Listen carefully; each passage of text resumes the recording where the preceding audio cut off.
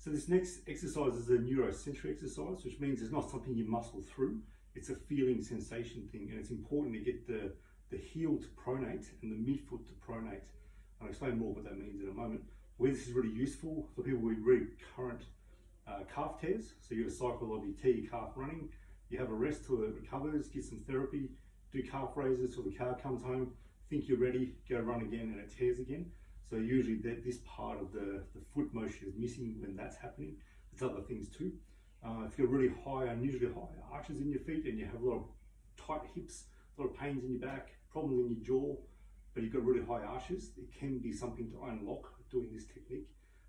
Lack of internal rotation in your hips, a body that's stuck in the PDC pattern where you just can't get out of it.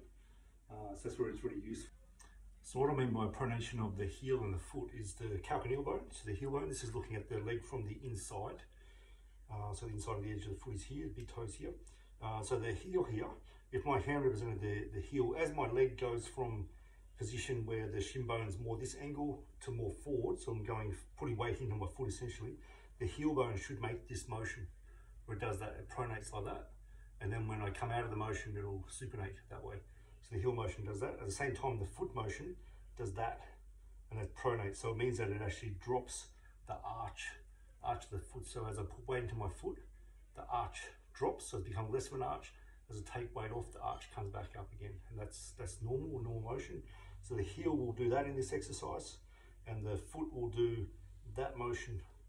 The midfoot will do that motion there and drop the arch as I do the exercise. That's what it's aiming to do. And a lot of the time when someone puts weight into their foot, if they've got foot issues, hip issues, is that this doesn't do that. It just stays stiff, and that's an issue. So this is a full range exercise for pronation of the heel and pronation of the midfoot too. So midfoot, you're really thinking about the arch of the foot here. So how I start this is kind of like I've got a walking step. The weight stays mostly in this back leg, and my body stays vertical.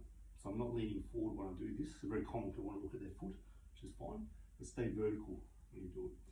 So both the feet are straight ahead, and I'm starting in a negative shin angle. What that means is that, see how my shin is straight up and down here, it's vertical. I'm going from negative shin angle to positive shin angle, where my shin is now past the line of vertical. So we're making this motion from negative to positive. So that's what the ankle's doing, the shin's doing. What I'm doing, it's a neurosensory thing, so I'm feeling what's happening in my foot. And this is aiming to make, if my hand represented my foot, so this is my heel, this is the arch of the foot just here. When I come forward, the heel should rotate like that. So it does what's called pronation, and the arch will drop. That's what it should do. And then when I come back out of it, it'll supinate and supinate here.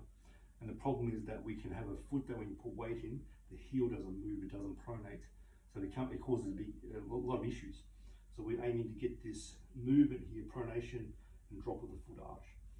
So how I do this first is that I start negative shin angle, start coming forward, start putting some weight into that front leg until I get a positive shin angle here. And what I'm feeling, here I've got a heavy heel.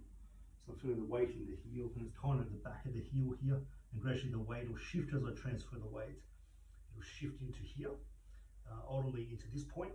I don't want pressure going into my toes though. So I'm coming forward, feeling the heel heavy, and then I feel the arch here drop as I get to a certain point. If I go too far, my toes either want to grip up or I have a lot of pressure going into my toes. It's too far, don't need that. It'll lock the foot up again. So I'm going forward, heavy heel, feel the pressure going to the arch, and right then I just felt the arch let go and drop, and I come back out. That's all it is. So doing 2 sets of 20, do this on both sides. And some key points here is that my knee here stays in line with about here. So either it can be middle toe, it can be second toe, but around about here. So my knee stays in alignment with that alignment there. Doesn't come in like that. It doesn't want to peel here. So if I do this, see how I peel pressure off the inside edge of my foot? If I come in here, I peel weight out of this outside edge. So as I do this, I'm keeping that alignment in between those toes, but there's even weighting on the back, on the sides, inside and outside of my foot, has even weighting. That's really important with this. And about this speed, don't go too fast. We're not trying to muscle through this. You can't muscle through this to get the idea. We actually relax into it to get the idea. As if your foot's like melted plastic, like the sole of your foot's like melted plastic. And it's molding to the floor. And what I'm feeling is heavy heel, heavy heel. I feel the arch drop at this point here, then I come back. So if you find it a bit hard to do, which is very normal, it's just practice. Roll up sock, or partially rolled up sock. I'm popping that under the arch here.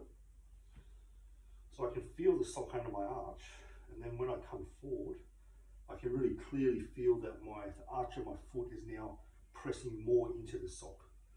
And I'm not trying to press it into the sock, it's just natural biomechanics that we're trying to work with here and re-establish.